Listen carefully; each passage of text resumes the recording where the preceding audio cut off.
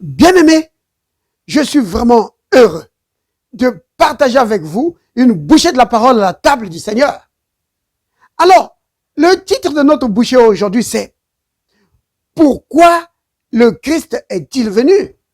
Pourquoi est-il venu, bien-aimé? Oh, béni soit le nom du Seigneur qui a envoyé son Fils. Bienvenue à la table du Seigneur. Yeah! Alors, bien-aimé, il nous est vraiment très important de savoir pourquoi le Christ est venu. Il ne suffit pas de se réjouir du fait qu'il soit venu. Il faut savoir pourquoi il est venu. C'est vraiment important. Pourquoi? Parce que si tu sais pourquoi il est venu, alors tu dois te poser une deuxième question. Est-ce qu'il a réussi? Parce que s'il avait une mission quand il est venu, a-t-il réussi sa mission? Alors s'il a réussi sa mission, ça c'est maintenant une troisième question. S'il a réussi sa mission, où est le bénéfice pour moi? Où est le bénéfice de sa réussite dans ma vie? C'est vraiment très important, bien-aimé, de comprendre ça. Pourquoi il est venu? Est-ce qu'il a réussi sa mission? Et s'il a réussi sa mission, où est le bénéfice pour moi? C'est vraiment capital. Parce que le christianisme, souvenez-vous, c'est pas juste des théories, c'est la pratique. Vous comprenez? La parole de Dieu, ce n'est pas juste pour parler. Il y a la pratique. Alors, dans ma vie pratique, quel est le bénéfice? Quel bénéfice je tire de la venue du Christ? C'est vraiment capital, bien-aimé. Oh, béni soit le nom du Seigneur. Alors, bien-aimé, prenons un premier passage. Dans 1 Timothée, au chapitre 1er, à partir du verset 15. Voici ce que l'apôtre Paul écrit à Timothée, qui était son fils dans le Seigneur. Il lui dit, c'est une parole certaine et entièrement digne d'être reçue, que Jésus-Christ est venu dans le monde pour sauver les pécheurs, dont je suis le premier. Vous entendez ça? Remarquez ici, bien-aimés, que l'apôtre Paul est en train de dire quelque chose de très important ici. Il dit que lui était la preuve même que Jésus-Christ est vraiment venu pour sauver les pécheurs. Que Jésus a vraiment réussi sa mission. Et lui en était un parfait exemple. Pourquoi? Parce que lui, souvenez-vous, si vous avez déjà lu l'histoire de la vie de l'apôtre Paul, c'était un homme religieux. Mais cependant, c'était un pécheur. Même si lui-même pensait qu'il était meilleur que les autres. Mais quand le Christ s'est révélé à lui, il a réalisé qu'il était dans la religion et qu'il était dans le péché. Pourquoi? Parce que il avait la Torah, il avait la loi de Moïse, mais en même temps, le cœur rempli de haine et de meurtre, de jalousie, pour aller tuer des gens, pour persécuter des gens. Vous voyez? Il était dans la religion et dans le péché. Et le Christ est venu. Et le Christ s'est révélé à lui. Il a quitté cette vie-là. Il a commencé à marcher dans l'amour du Christ.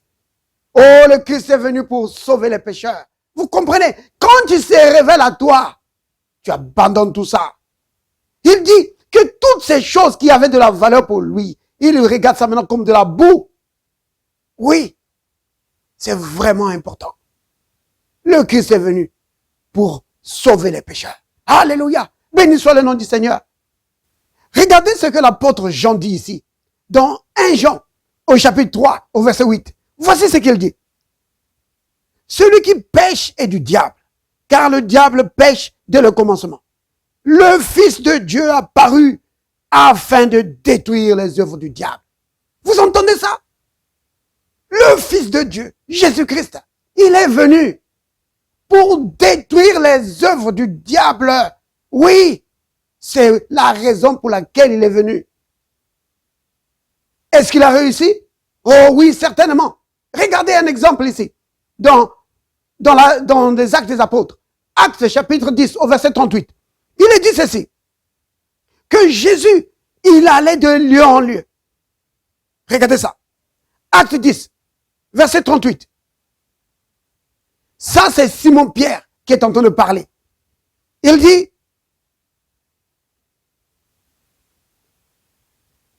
vous savez comment Dieu a oint du Saint-Esprit et de force Jésus de Nazareth, qui allait de lieu en lieu, faisant du bien, guérissant tous ceux qui étaient sous l'emprise du diable. Vous entendez? Il allait de lieu en lieu, faisant du bien et guérissant tous ceux qui étaient sous l'emprise du diable. Oui, c'était ça. Il était venu pour détruire les œuvres du diable. Et il le fait encore aujourd'hui. Vous comprenez? Donc, quand tu comprends cela, qu'il est venu pour ça, et tu sais que sa mission dans ta vie, c'est détruire les œuvres du diable. Toute œuvre de l'ennemi dans ta vie, il vient pour le détruire. Alléluia. Béni soit le nom du Seigneur.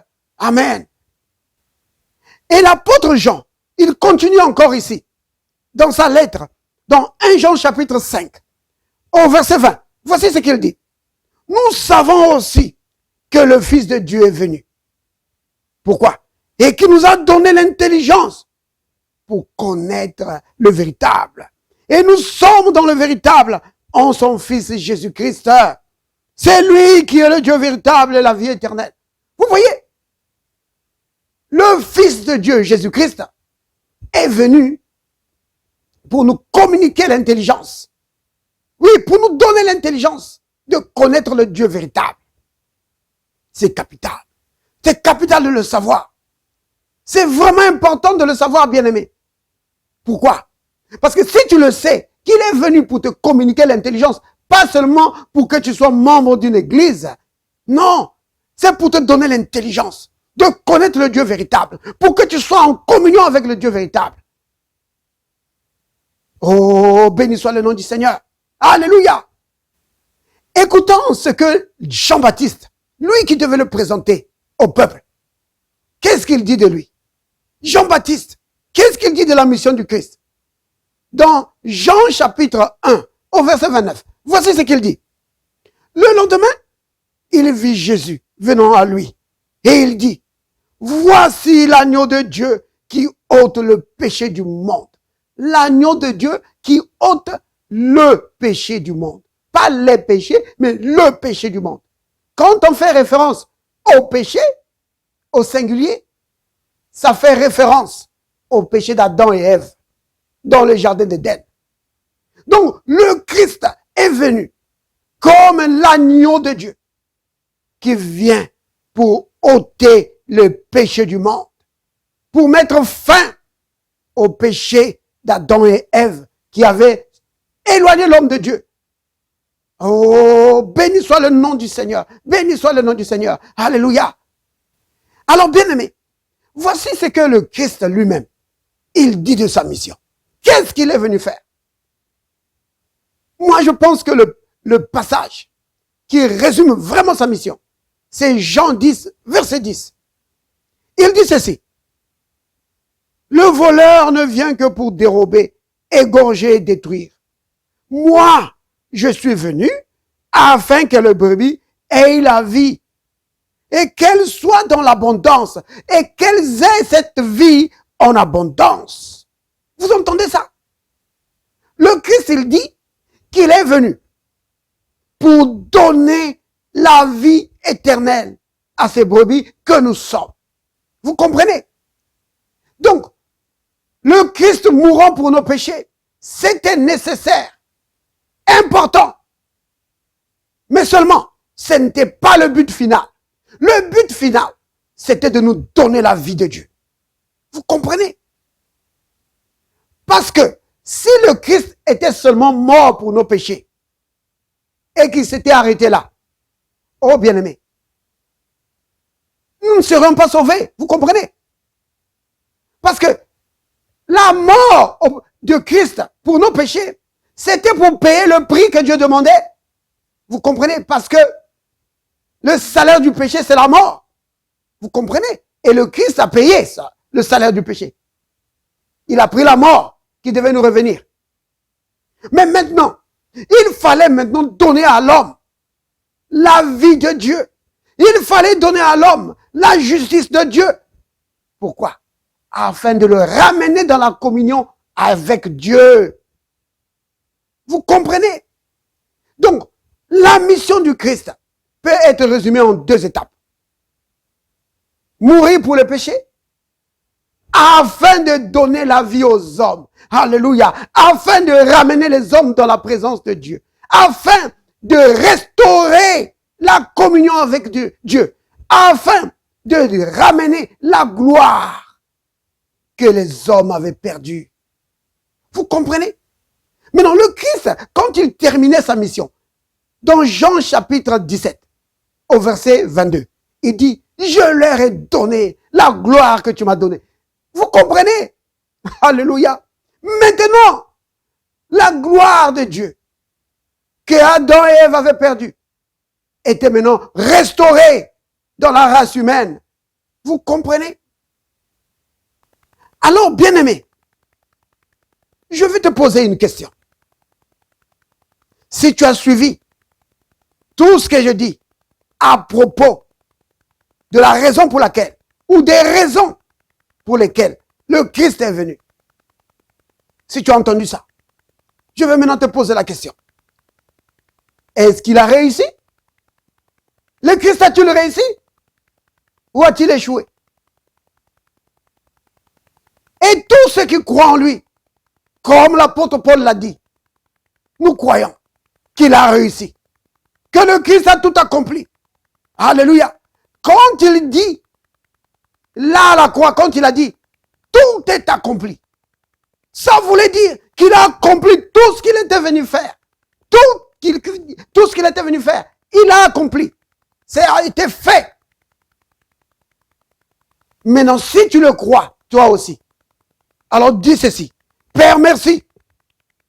Parce que le Christ est venu pour me donner la vie en abondance. J'ai la vie de Dieu en abondance. Alléluia. La vie de Dieu inonde mon corps. Oui, la vie de Dieu inonde mon corps et détruit toute œuvre de Satan dans ma vie. Jamais je ne serai dominé par les esprits des ténèbres. Jamais la maladie ne va dominer sur moi. Parce que j'ai la vie de Christ en abondance en moi. Alléluia. Tu comprends, bien-aimé? Si tu crois cela, si tu crois vraiment que le Christ a réussi sa mission, alors, comme l'apôtre Jean a dit, qu'il est venu pour nous communiquer l'intelligence afin de connaître le Dieu véritable. Tu dis, Père, merci, parce que le Christ m'a communiqué l'intelligence. Oui, pour que je te connaisse. Oh, Père, merci. Je marche de gloire en gloire. Père, merci de ce que tu as envoyé ton Fils, le Christ. Oui, mourir pour nous et nous ramener dans ta présence. Restaurer la communion, restaurer la gloire, détruire les œuvres du diable et faire de nous les enfants de Dieu. Oh Père, merci. Merci Père pour ta grande bonté. Oui, j'ai la vie de Dieu dans moi. La vie de Dieu restaure tout mon corps. La vie de Dieu en moi tue tout germe de maladie dans le nom de Jésus. Oui, aucune œuvre de ténèbres ne peut dominer sur moi parce que le Christ m'a délivré des œuvres de ténèbres. Merci Père pour l'intelligence que tu m'as communiquée afin de te connaître et de marcher dans la communion avec toi. Dans le nom de Jésus. Amen.